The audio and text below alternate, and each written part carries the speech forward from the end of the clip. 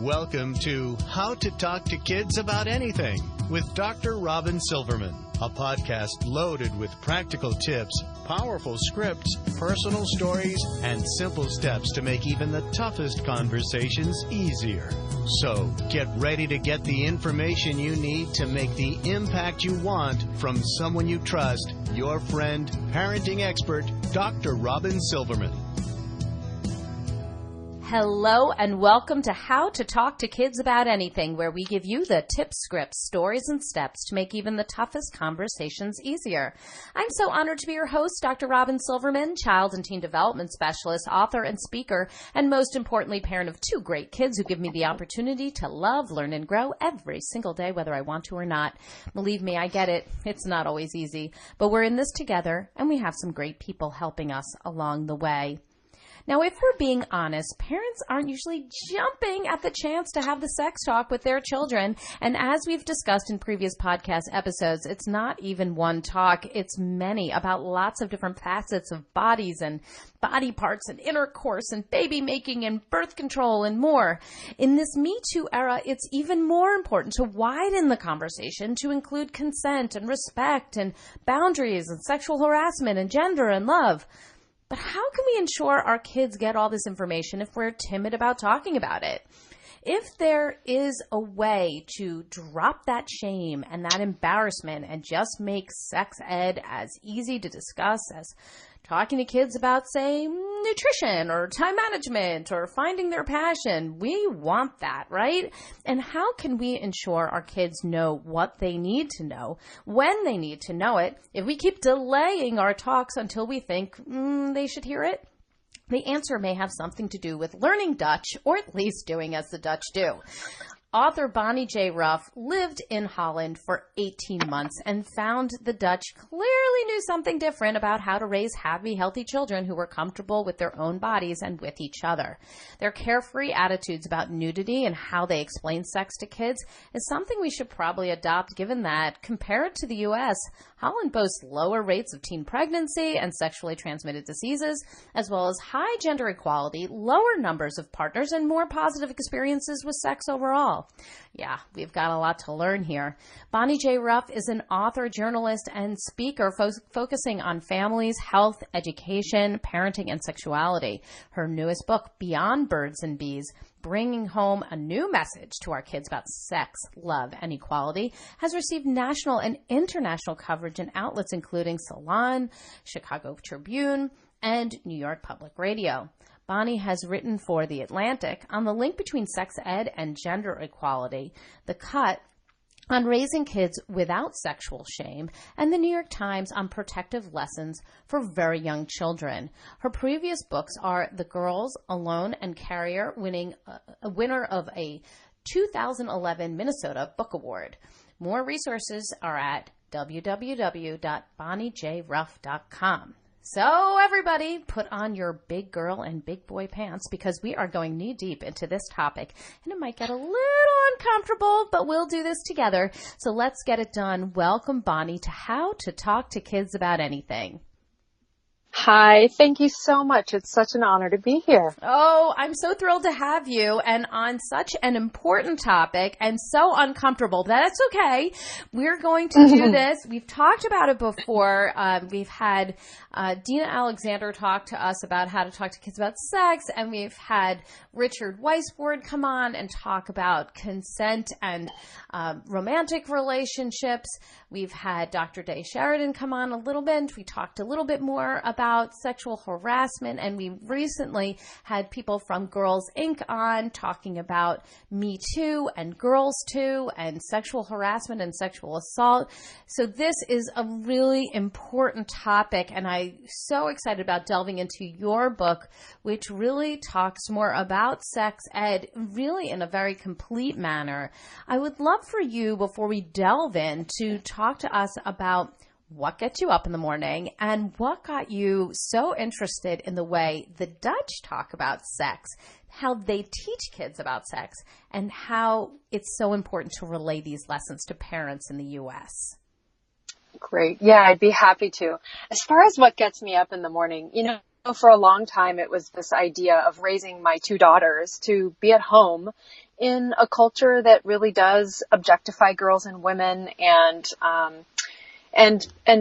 inculcates some shame around our bodies and our sexuality that kind of feeds into our life relationships and how our social dynamics work out in our communities. But over time, what's continued to get me up in the morning is not only that, but also realizing this isn't just about girls. It's not just about daughters. So, realizing that I have this sense, and having had this wonderful opportunity to see how it can really look, to live in a more gender equal society, I have this sense that what we want to be aiming for is not just, even, better manners between, genders, or among genders, I should say, but really more of a sense of unity, that we are we before we're boys and girls or men and women. So that's what gets me up in the morning. And to your question about how I came to this, you wanted to know how the book came about, right? Yeah, I want to know, how'd you get so interested in the way the Dutch talk about this particular topic? How did that come to be? And how did you get to wind up writing about it? Yeah, so that one really was hitting me in the forehead for a long time before I really recognized what it was. My family moved to Amsterdam, actually, just right to the heart of the big city in the Netherlands. Back when Dan and I have two children, and our oldest daughter was not quite two, and we only had one child at the time. We moved to the Netherlands for a stay that ended up being about 18 months. So, with a kid that young, we were still just getting a handle on how to be parents. So I was just, I think on that, new parent, high alert, real kind of sensitive learning, looking around, watching what all the other parents and caregivers are doing at the park and at school, and taking notes from the, daycare and preschool teachers, and just trying to figure out how to do this child rearing thing. And so in the beginning, my observations were all mixed in with what I was seeing as, what looked like good parenting to me. The Dutch are really into teaching independence, and children to be, have autonomy and their own ability to do things for themselves. And so I really liked some of the things I was seeing along those lines. And at first I didn't recognize that some of the things that were jumping out at me as a little odd and a little different had to do with that around sexuality. So picture me, I'm a fairly new parent, and I'm cruising around town on our box bike with my kid perched in this big wooden box on the front of the bike, trying to just get the hang of not running into tourists. And we stop at the park, and here we are, there's the wading pool all summer long.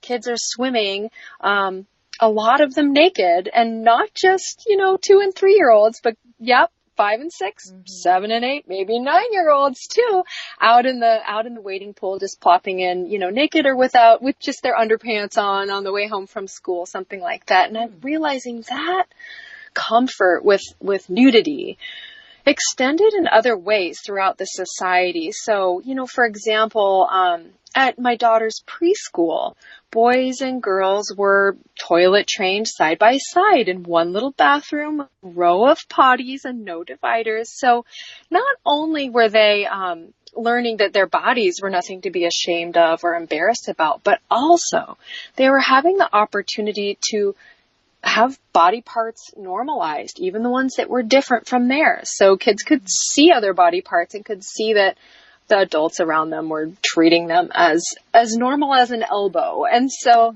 I was just picking up on all these normalization messages. Parents and teachers would use really straightforward, accurate anatomical terms with their kids. That doesn't mean sometimes they wouldn't use nicknames for body parts, but the children knew the correct terminology for their body parts. They were taught those first. So the other thing I experienced in the Netherlands that was really different was me. The way I felt in my body as a woman living in that society was better than I'd felt in my body as a woman in my entire adulthood. I didn't make the connection at first, but I just knew I felt freer and more comfortable in my skin. I noticed that there wasn't that persistent sense of what we call male gaze that I think a lot of women, most American women and girls really grow up getting used to, which is just this sense that you're being looked at and objectified or evaluated wherever you go. Well, that was kind of absent there. You know, people are doing really undignified things. They're riding bikes all over the place and their hair's in their face and their skirts are blowing up as they untangle their bike locks from the bridge railing. And so it's just a really much more, but no one's looking. I notice I'm the only one looking. I'm waiting for someone to point and laugh at that woman, and no one is. And so, yeah, so it took actually moving back to the U.S. We gave birth to our second daughter, and we were really struck with such fresh eyes by the differences between the ways we treat boys and girls, men and women, how difference is emphasized more in American culture, and the different things that we offer boys and girls from an early age. So it was then that it kind of hit me that the reason that I had felt so at home in my body living in the Netherlands is that that's just the way it feels to live in one of the world's most gender equal societies. And then it really came home to me that Dutch parents and teachers and in the wider society, it's not just, kind of a hedonism or carefreeness that they have. It's really, they're a very practical, pragmatic culture, and what they're doing is intentional. They're teaching body normalization in order to make sure that all genders know that their differences still don't make them more different than they are and will remain alike. So that is how that gender equality builds from the time children are just babies. So I went back to learn everything I could about that. Oh, it's so fascinating. And I remember in your book, you were talking about, the schools, and now they took showers after gym class just for them to get used to it. And the children's books on sex ed were so different from Holland than they were in the United States. And even the way that they were reviewed by people in the United States versus the people, that the people in the United States, when they reviewed some of these books, very, this is too much information for young people. They don't need to know about the uterus. They don't need to know about these words. It was very, very much like pushing it off and saying it's too much. And, that they don't need it at that time. So why is having more open and non-shaming sex ed so important for our young people? Sort of in a nutshell, why would you find that having it be more open and non-shaming is important to how we raise our young people? Yeah, having it be more open and non-shaming means that young people, first of all, know all about their bodies, which, by the way, is considered by some world organizations as a human right for people to know how their bodies work and to have sexuality education from the time that they're young. So they know how their bodies work. They know what their body parts are called, so they have the vocabulary to talk about it if there are any problems that they need to tell parents or teachers or doctors about. And also, when kids are being taught about bodies in the Netherlands, they're not only learning medical terminology. It reminds me of just your wonderful intro. They're also being taught in schools from the time they're in kindergarten, world-class sexuality education lessons, comprehensive sexuality education lessons that include lessons about consent, resisting gender stereotypes, relationship skills, and what it is to be in love, what healthy friendships are like. All of those things come hand in hand with learning about our bodies. So that non-shaming is a reason. It's kind of like almost more like a result of children knowing that their bodies belong to them, having bodily autonomy, and knowing that they have the right to say no if they don't want to be touched, and that other people should be obligated to respect that. And if they don't, that it's the other person's fault and that they are absolutely right to go get help. But yeah, when children, and I also think one really cool thing that I saw Dutch kids being taught in classrooms from first grade, kindergarten on, is to understand and learn about what their own boundaries are. So for example, teachers would encourage kids, okay, roll up your sleeve and now see, why don't you lightly pinch your arm? Now see, is that something that you like? What about if you just tickle lightly or scratch or rub? Which things do you like more and which things do you like less? What do you definitely not want more of? And then to find out from their neighbor that their neighbor has different preferences and different boundaries, and to get the lesson that those are things that we are obligated to respect about other people. And even if we like it, it doesn't mean that they do. So when a child knows what they like, and knows that they're entitled to their own boundaries, they also know it's really easy to tell what you don't want, and when your boundaries are crossed. So again, it helps kids to communicate with the people around them if there's ever a problem. So interesting. And I love what you're saying here. And it's just allowing these kids to claim themselves. It's claiming their bodies, right? Yeah. Mm-hmm. So, it's funny. I was tickled reading about your daughters and your conversations about body parts, is because, I knew you were uncomfortable in some of it in the beginning. How do I pronounce this? I don't even know what to say. Right. It's just hilarious because I went through very similar things. And they talked about the various parts of the vagina, and we talked about the penis, and your kids are looking at their body parts in the mirror, and they're reporting back with such fascination, because it's sort of fascinating, isn't it? So let's get down to some tips that are, of course, for both boys and girls. What do you want parents to do when it comes to sex ed and teaching their young kids early? What are some tips? Sure, absolutely. Well, first of all, I think my favorite, and maybe because this is the easiest time to talk about, is definitely that 0 to 6 age group, because there's so much we can do for kids at that age to lay healthy foundations that then they just build on. So maybe, I love talking about healthy sexuality at any age, but there's just so much opportunity for those young kids. And then the other thing I want to make sure that I say is that I really want to acknowledge that for American parents and parents everywhere, because Dutch parents aren't always super comfortable getting started either, that fear that we feel comes out of love. And we are so intent on protecting our kids that we want to make sure that we don't make any missteps that could somehow be damaging. And that was one of the coolest things that I learned, is that no matter how many experts I asked, there was no such thing as saying too much, too soon to a kid, as long as you're doing it out of good intentions to educate them. Because if kids aren't ready for something, as we know, it just goes in one ear and out the other.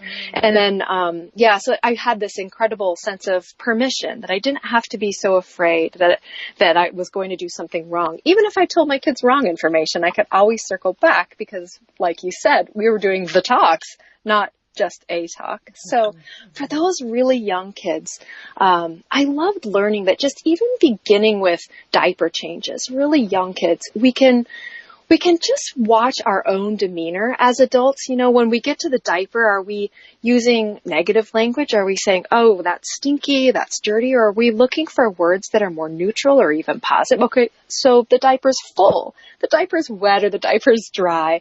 We're not wrinkling our noses, but being smiling and cheerful with our babies, no matter what body part we're handling or helping with, so that children don't start to get the idea that while their cheeks and their tummies are adorable, there's something yucky between their legs. That can really start so young. So then also, as soon as we start teaching children the names for their body parts, and we teach a lot of body parts and we teach them young, let's not leave out genitals, because again, that gives the sense that there's something unmentionable there. And those are those little tiny ways that we unintentionally plant those seeds of shame. So it takes some practice, but it's really easy to practice around a baby because they don't notice our mistakes at all. This is so true. That's a good time for us to get used to it and to also remember another big lesson I learned and still have to learn all the time is that you always have to repeat things more often than you ever thought you would. Mm-hmm. And you know it from nutrition and that kind of thing too. Like, how many times are you going to tell your kids to eat their vegetables? Once? Like, lots of reminders until it finally sinks in. So that's for little tiny babies. And then as kids get into 2, 3, 4, and even younger, they are really interested in exploring their bodies. How many of us have been changing a diaper and the little hands go right down as soon as that diaper comes off? Right. Well, that's something that Dutch parents are encouraged by their National Health Service to go ahead and just encourage and smile about and let babies just range their hands all over their bodies so they get to know, again, that every part of their body is valuable and important and their own to be connected with. And so that's considered healthy and needed exploration.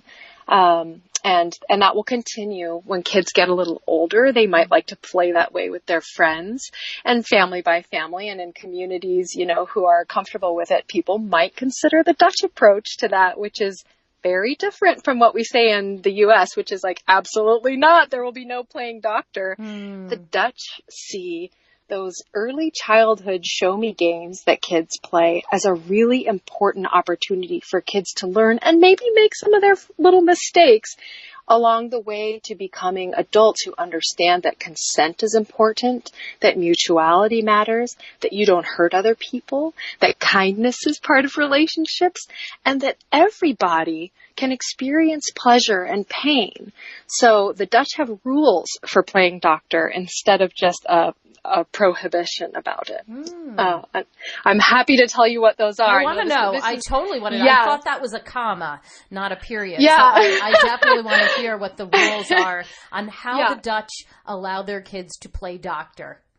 Yeah, first of all, and when I found this out, came at the perfect time because my 4-year-old was, wanting to get out the doctor kit and the clothes weren't always staying on at those play dates. And so I just didn't feel great about telling her absolutely not, because for kids, we think that they're, being erotic in weird adult ways. And the truth is they don't have the mind-body connection about sexuality that we bring to it as adults. They're really exploring the physicality of it. Sure. And that can be a really important growth opportunity for them. So the Dutch rules for playing doctor are, 1, everybody has to agree enthusiastically to the game. No coercion. And then secondly, you may do no pain. And then the third rule is nothing goes in any orifices. So that's safety, right? Learning to be safe and protected when you're playing those kinds of games.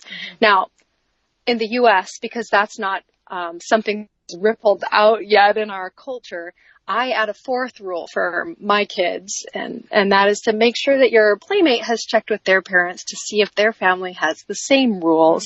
That I think there's also we can make sure that nobody's boundaries are being crossed, especially kids who haven't yet been taught to learn and explore what their own boundaries are. So, but that just absolutely, it's so exciting to learn that and tell my daughter and give her this sense. She was so empowered. She's like, okay, now I know the rules. Don't worry, Mom.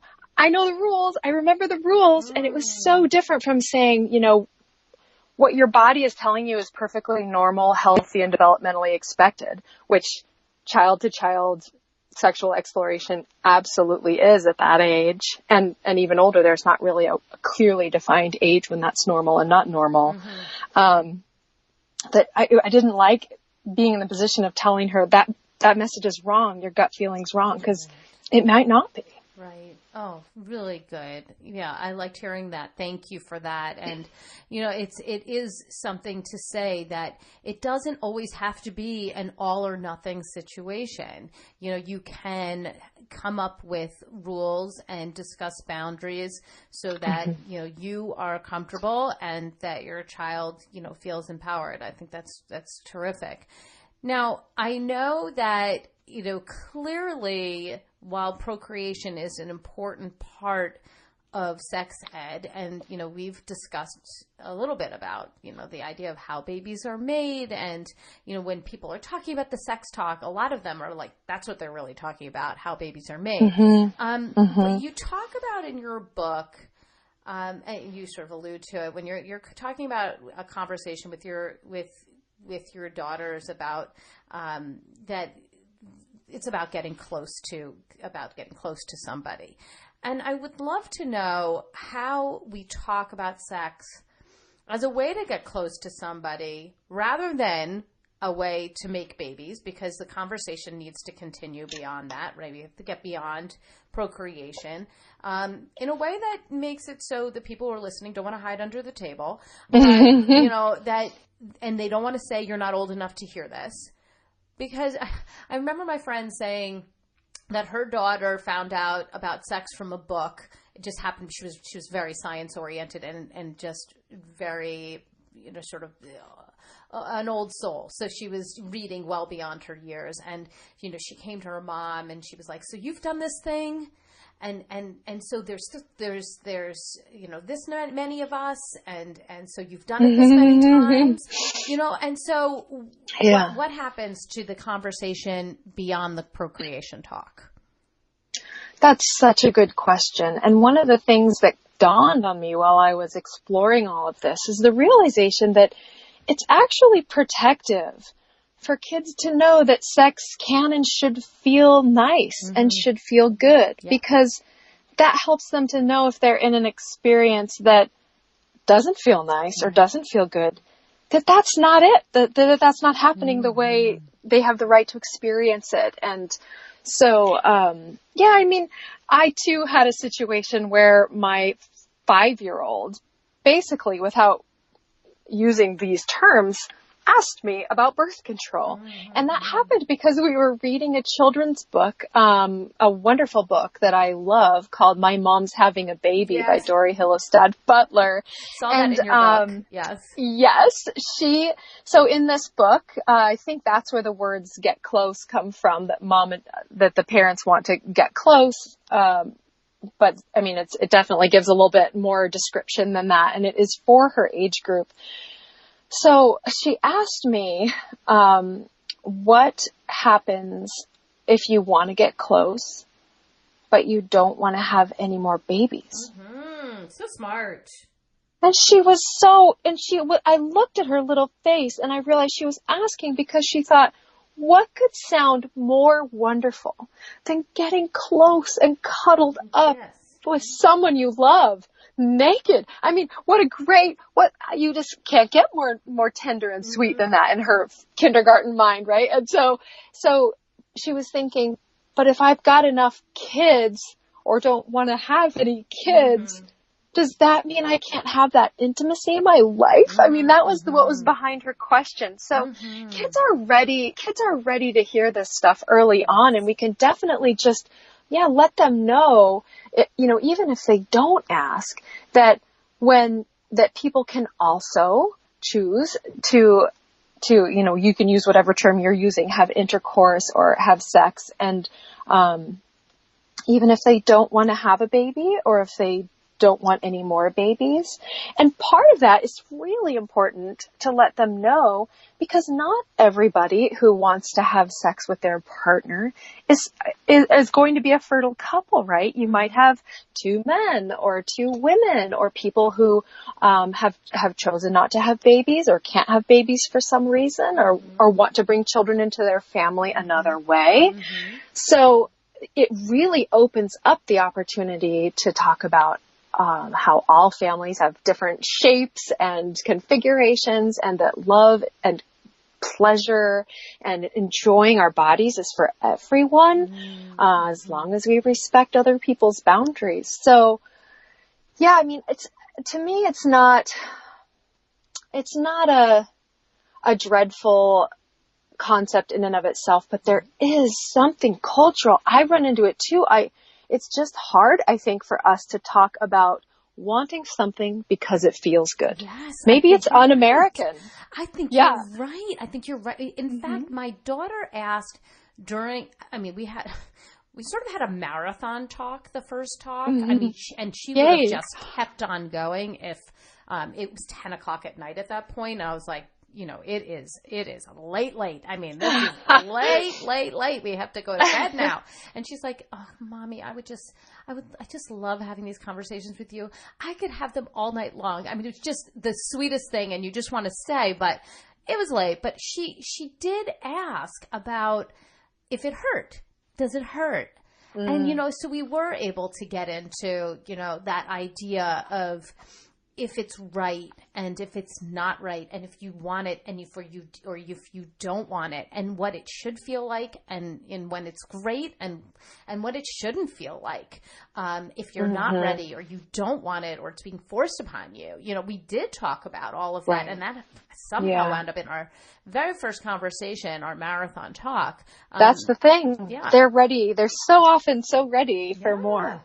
They are. And I think it's really valid what you're saying there and that we do need to talk about what feels good and what doesn't feel good for us and how that pain and pleasure can be an indicator of whether we should be doing this or not with this person and that we don't have to do something that doesn't feel right for us and to pay attention to that as well. And that's actually one more thing I feel really important to add here that can be a big help to a lot of parents is just to make sure that you mention to your kids whenever you explain about sex and intercourse and how that works for people, which is a totally fine thing to explain to a preschooler, is to make sure that we say, but sex is not for children. Mm-hmm. That's something that you can do when you're an adult. Right. Absolutely. That this is something for adults. And, I think that's probably a fear for a lot of parents that they feel like if they talk about it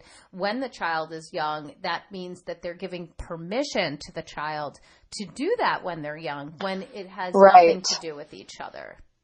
Right. Or that normalizing it might open them up to the possibility of being abused or something like that. But in fact, the more kids know about what is normal and how things work, the easier it is for them to identify something that's really out of the ordinary.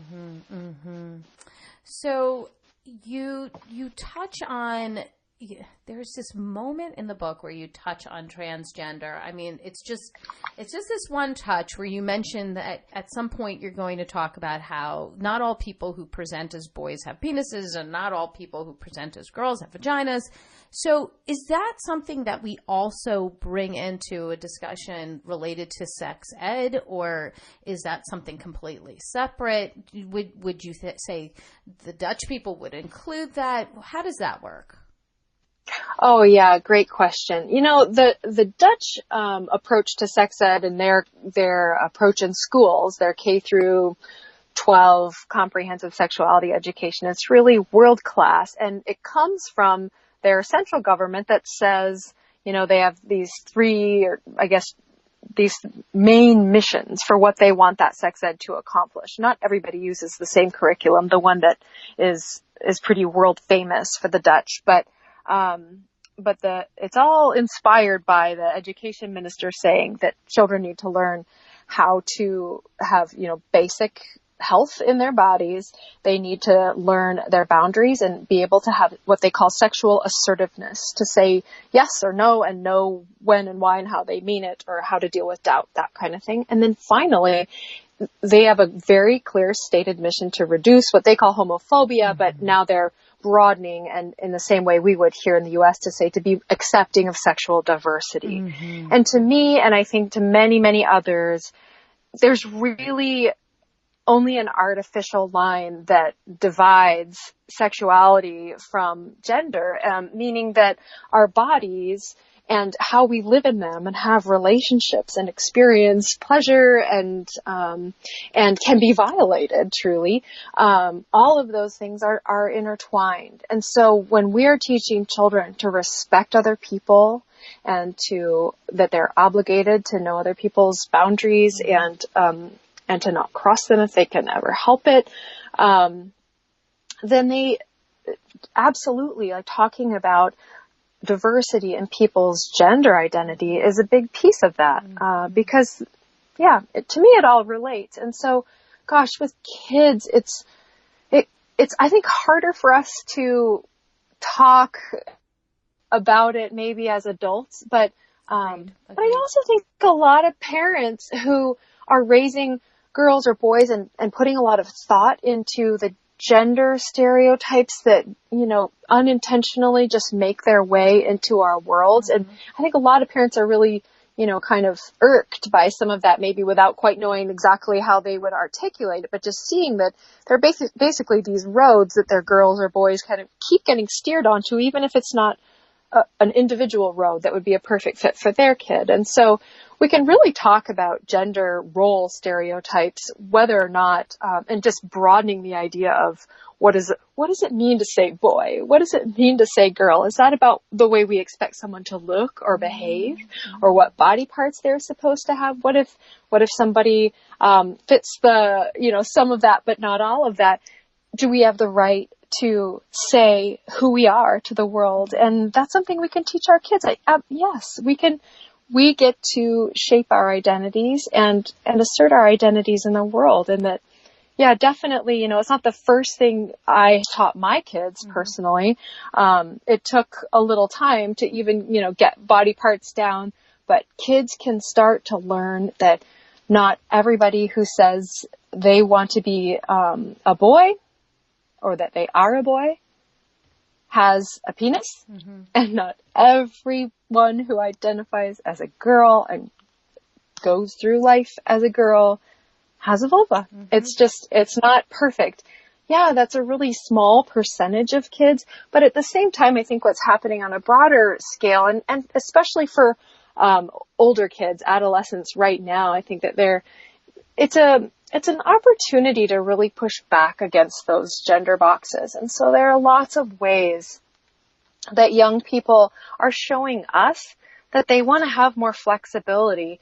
Even if they're not needing to change their gender, they want more flexibility in what it means to identify with a certain gender. So, yeah, and I loved, just when we were when the kids were really little, and I remember playing on the kitchen floor with little calico critters with my daughter, and one day there were two bunnies, and one had overalls, and one had a tutu, and I think she said she wanted to take their clothes off because they were going to go swimming, and so then after they got out of the water, I had it so the little boy bunny wanted to put the tutu on, and so we had this great little chat through the bunnies, like, well, you can't wear a tutu because you're a boy. Well, is that fair? I really want to wear the tutu. It would sure make me sad if I couldn't, just because you said so. And my daughter, I feel like she was just little, probably 4, and you could just see this compassion come over her, and of course you can wear the tutu. I'll wear your overalls. Oh, so good. They're just, they're ready for it. If we can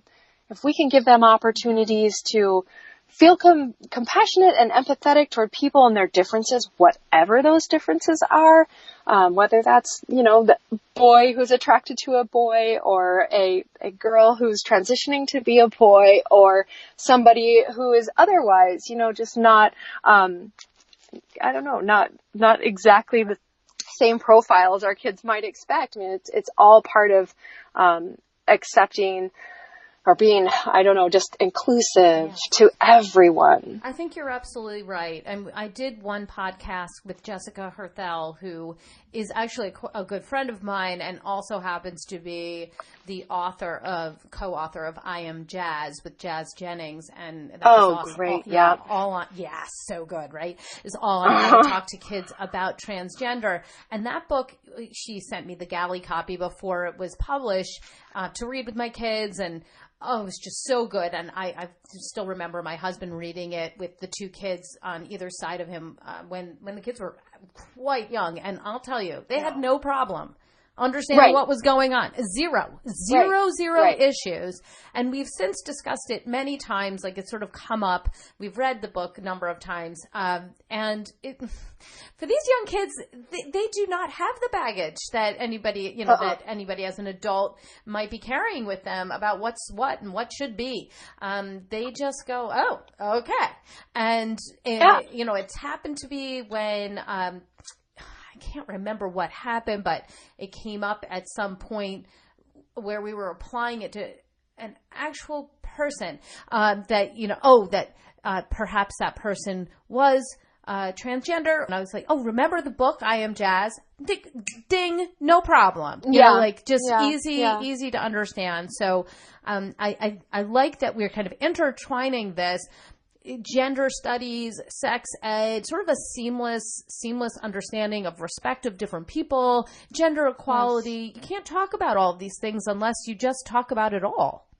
Mm-hmm. Mm-hmm. Mm-hmm. Yeah. So I know you just talked a little bit about LGBT and if we are kind of involving sex ed and if we're talking about men with men and women with women, but we also have this other aspect, I mean, sort of alluded to it, about people who might not be able to have kids or have kids in the sort of traditional way. We adopted both of ours, so we're certainly in that boat, and we've had to have, a number of conversations around that. So I'm wondering if you also found that the Dutch included other ways to have kids instead of just the typical way of people getting pregnant, the going to the doctor, the scientific ways of having kids if you need it. Do they get into any of that, or are they just talking about the straight procreation that we are used to? Oh my gosh, that's so important. And yes, they get into it. And some of our best books and resources do too. But what I love about, there's a real popular series of books for kids about bodies and sexuality in the Netherlands by a psychologist and sexologist named Sandarijn van der Doof. And she has a book for, I think it's like ages 2 and up. And this is what cracks me up, is that compared to what we have in the US, it's got a lot of the same information. Every one of her books for all the way up, which are arguably the most common ones. You can find them in almost any bookstore that you step into in the Netherlands. They give kids information, I would say on average 2 to 3 years younger than we do in their picture books. Mm-hmm. So you get the picture of like, the cartoon, man and woman who are going to get pregnant under the sheet with like the little motion squiggles around. You get that for your 2-year-old or your 3-year-old, as opposed to like your 6 or 7-year-old, in some of our very best resources. So in that first book for 2 and up, 3 and up, it's never exactly clear. It goes through not only how babies get made, but on the same page that they talk about that, they go directly into, but sometimes people don't want to have any babies or any more babies. And then the man can let's see, it says, I don't have it right in front of me and I'm translating in my brain, and then, the woman can take a pill or the man can put something over his penis. So like this is for just little toddlers, but it's just such plain spoken, simple language. You turn the page. Here's how animals do it. All living things reproduce. You turn the page. Not all families who want babies can have them the way we described before. Here are some other ways families can get babies. Not all families want to have babies. And so here are some other ways families can look. And it's all there from the very beginning. There's just that kind of full range of diversity, explanation for why people would have intimate, physical relationships.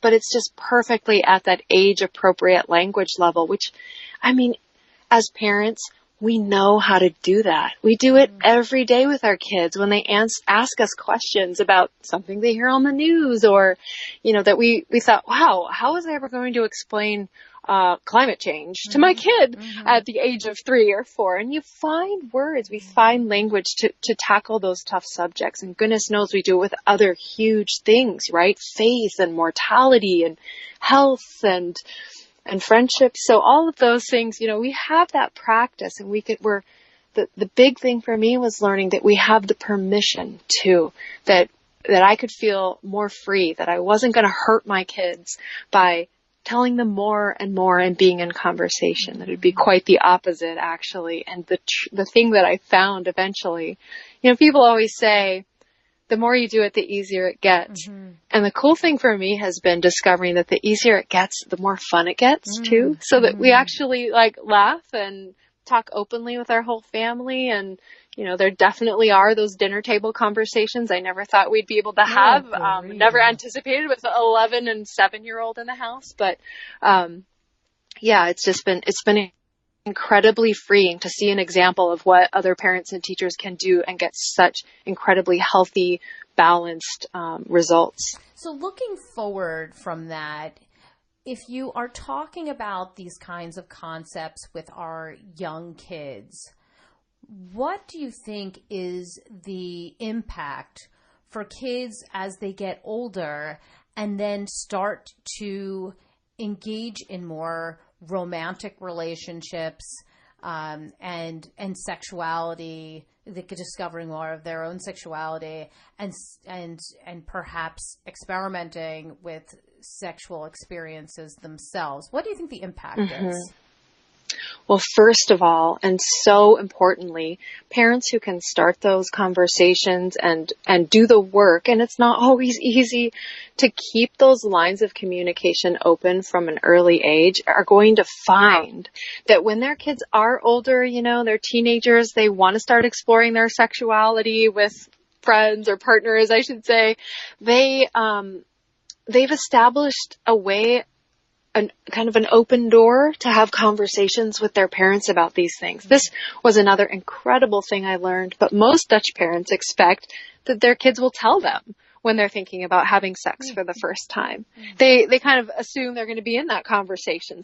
So they have, instead of trying to figure out how they're going to keep their kids from having sex, Dutch parents have spent a lot more time thinking about how they're going to prepare their kids to have a positive, gainful experience from that first time when it does come. So they don't obsess so much about the age. You know, that's actually kind of arbitrary. It's this incredible shift that I saw in thinking about teen sexuality in terms of our fears about what might happen, and shifting that to thinking, what are my hopes and dreams? Like, if I had to really dream up, like, what would be the perfect, healthy, loving, kind, enjoyable start for my son or daughter in their sexual life, what might that be, and how can I help that to be the case? So I was fascinated to learn that Dutch people look back on their first sexual experience, and they're more than twice as likely as Americans to say that that first time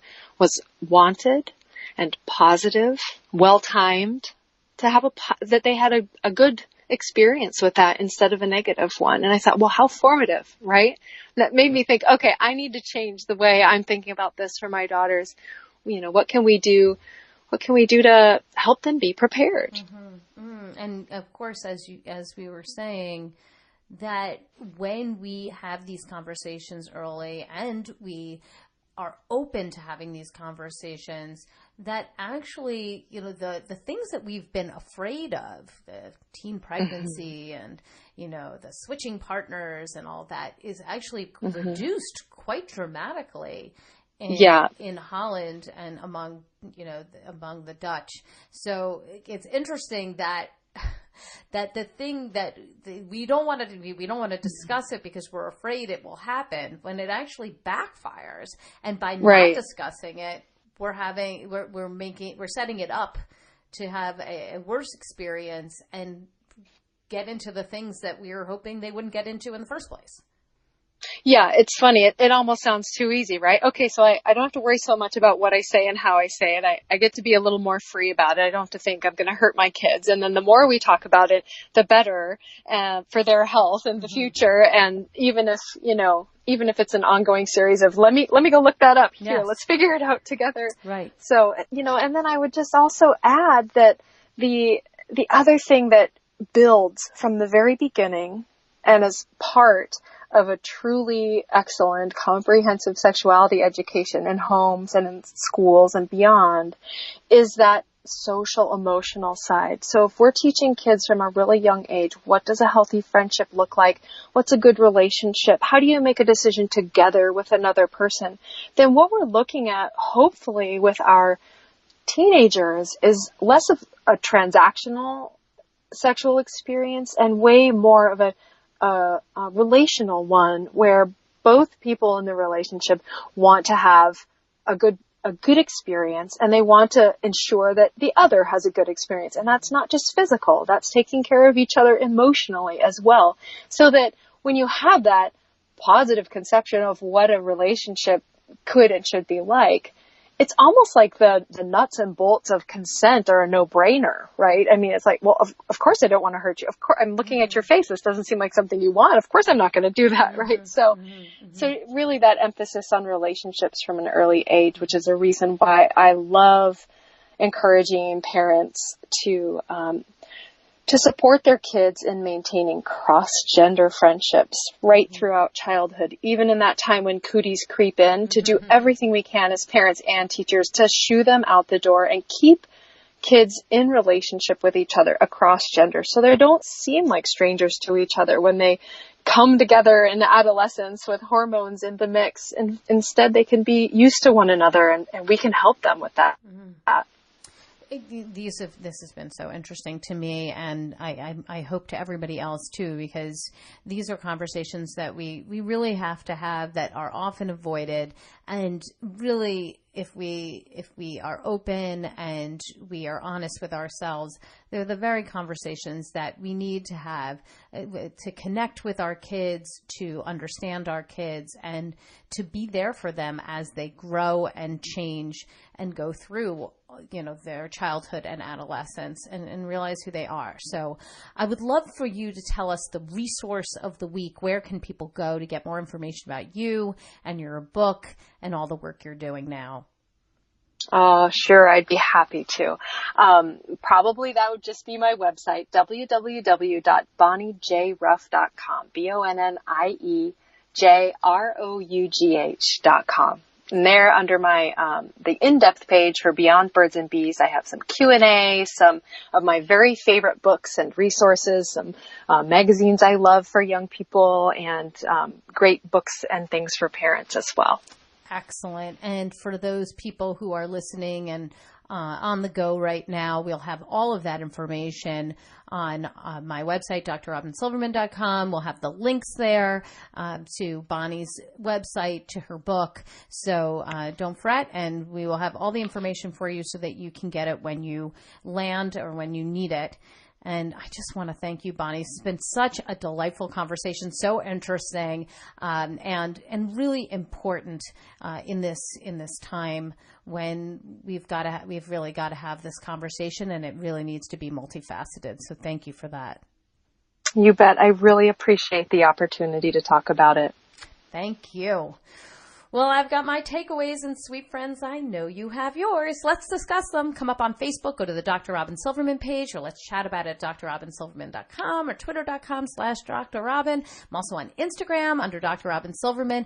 I'm going to be going back and forth with the fabulous Bonnie Rough. I'll be going back and forth and talking about the different aspects of this podcast. I will be quoting them on memes, putting out the information because I think we want to share it and get it out to the world. And I hope if you could go up to iTunes and rate and review this podcast so that other people can get the great solutions, the information, the wording that Bonnie Rough uses during this whole thing. That would be awesome. It means more than you would know, and I just would appreciate it from the bottom of my heart. That's all the time we have for today. My fellow parents, leaders, and educators, thank you so much for tuning in to How to Talk to Kids About Anything. For more information on books, articles, speaking engagements, or curriculum, please visit drrobynsilverman.com. So many great podcasts up there. Show notes are up there. And as always, I look forward to weathering the storms and enjoying the sunny side of life together. And please remember, even on the days when we fall short, we've got this. You're here. You're getting the information you need. I know it's not easy, but never forget there's always tomorrow. Parenting is the ultimate do-over. I see you. I'm right there with you. And as there are moments when we doubt our know-how, our choices, and our sweet sanity, please know you are 10 times the parent you think you are. Until next time, this is Dr. Robyn Silverman with How to Talk to Kids About Anything. Please tune in again and keep connecting through conversation. See you next week. You've been listening to How to Talk to Kids About Anything with Dr. Robyn Silverman. For more information on books, articles, speaking engagements, or curriculum, please visit drrobynsilverman.com.